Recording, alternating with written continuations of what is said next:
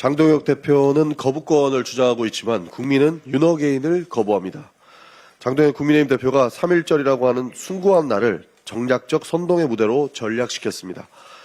사법개혁 3법을 헌정 종말로 매도하며 대통령 거부권을 노골적으로 압박하는 모습은 입법부를 무력화했던 윤석열식 거부권 정치의 재현이나 다름없습니다.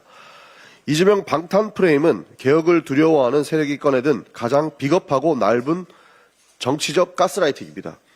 이미 실패로 끝난 이재명 악마 외에는 국민의힘 위기의 돌파구가 없다는 자백에 불과합니다.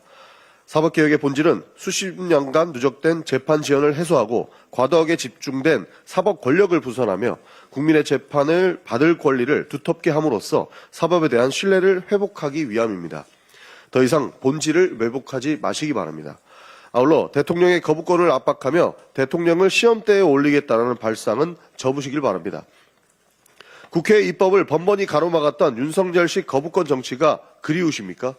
결국 윤어게인 외에는 전략이 없으신 걸로 이해하겠습니다. 대통령의 거부권은 헌정수호를 위한 최후의 수단이지 야당의 정치적 무능을 만회하기 위한 치트키가 아닙니다.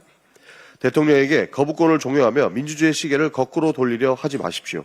사법개혁은 멈추지 않습니다. 국민은 누가 개혁을 가로막으려 하는지 분명히 기억할 것입니다. 그리고 대미특위 김상훈 위원장과 국민의힘 의원들은 역적이 되는 길을 걷지 마십시오.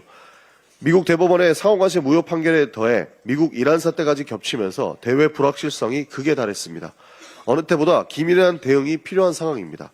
그런데 국민의힘은 사법개혁안 처리를 빌미로 국회 보이콧을 운운하면서 국가의 명운이 굴린 대미투자특별법을 사실상 인질로 잡고 있습니다. 중대한 국익과 국민의 삶을 벼랑 끝으로 내모는 역적 행위가 될 것입니다. 대미투자특별법은 처리가 지연되어 관세가 15%에서 25%로 인상될 경우 현대자동차는 연간 3조 원 이상의 추가 관세 부담을 떠안을 것이라는 분석도 나옵니다. 비단 자동차 산업뿐만이 아닙니다. 반도체, 바이오 등 전략산업 전반에 대한 표적 관세 가능성도 우려되고 있습니다. 풍전등화의 위기 상황입니다. 골든타임이 높인다면 그 피해는 고스란히 우리 기업과 국민에게 돌아갈 것입니다. 민주당은 어떠한 경우에도 대미투자특별법 통과 지연으로 인한 기업과 국민의 피해를 좌시하지 않을 것입니다. 다시 한번 국민의힘 대미특위 위원들께 강력히 촉구합니다. 더 이상 국익을 저버리는 국민의 짐이 되지 말고 대미투자특별법 처리에 즉각 나서길 바랍니다. 역사 앞에 대역 죄인이 될지 국익을 지키는 공당이 될지 국민들이 지켜보고 있다는 말씀 드리겠습니다. 이상입니다.